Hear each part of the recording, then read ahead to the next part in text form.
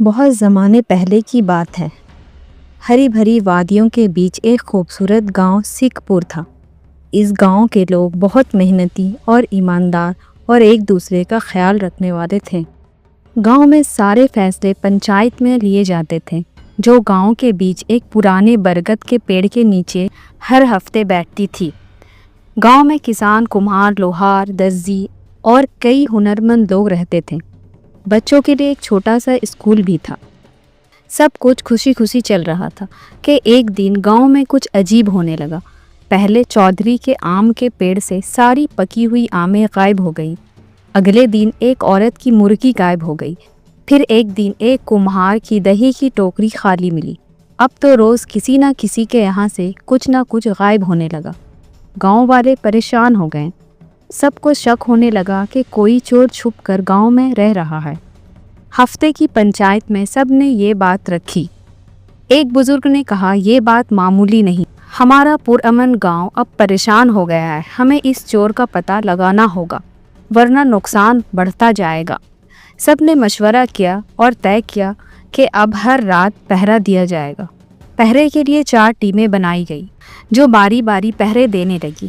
مگر حیرت کی بات یہ تھی کہ چور پھر بھی چوری کر کے چلا جاتا۔ وہ بہت چالاک تھا، کیونکہ اس کے قدموں کے کوئی نشان نہیں ملتے، نہ ہی وہ کسی کو نظر آتا تھا۔ ایک دن ایک چھوٹا بچہ جس کا نام عارف تھا، جو گاؤں کے اسکول میں پڑھتا تھا اور سب سے زیادہ ہوشیار تھا، اس نے کہا، ابو اگر ہمیں چور نہیں مل رہا تو کیوں نہ ہم ایک چالاکی سے اسے پکڑنے کی کوشش کریں۔ اس کے ابو نے کہا، کیا چالاکی بیٹا؟ عارف نے کہا، میرے پاس ایک ترکیب ہے۔ اگلی رات اس نے برگد کے پیڑ کے نیچے کچھ دودھ، 2 آم اور ایک مرغی کا پنجرا کھلا چھوڑ دیا۔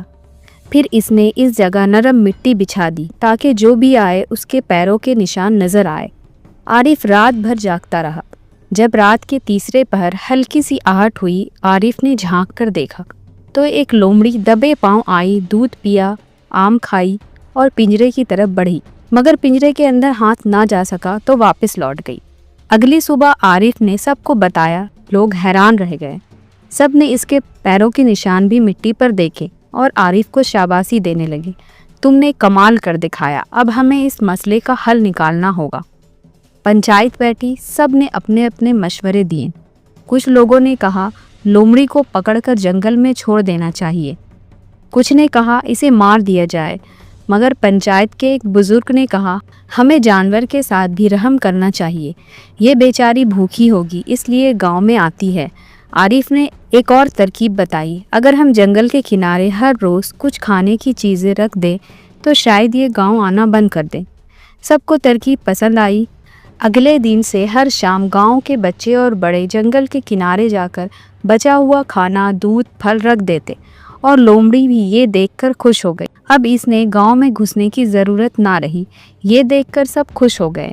سب نے عارف کی تعریف کی اور کہا، علم صرف کتابوں میں نہیں بلکہ عقل، مشاہدے اور ہمدردی میں بھی ہوتی ہے۔ اور یوں سکھ پور دوبارہ خوشیوں سے بھر گیا۔ لومڑی روز آتی، اپنا کھانا کھاتی اور خوش ہو کر واپس چلی جاتی۔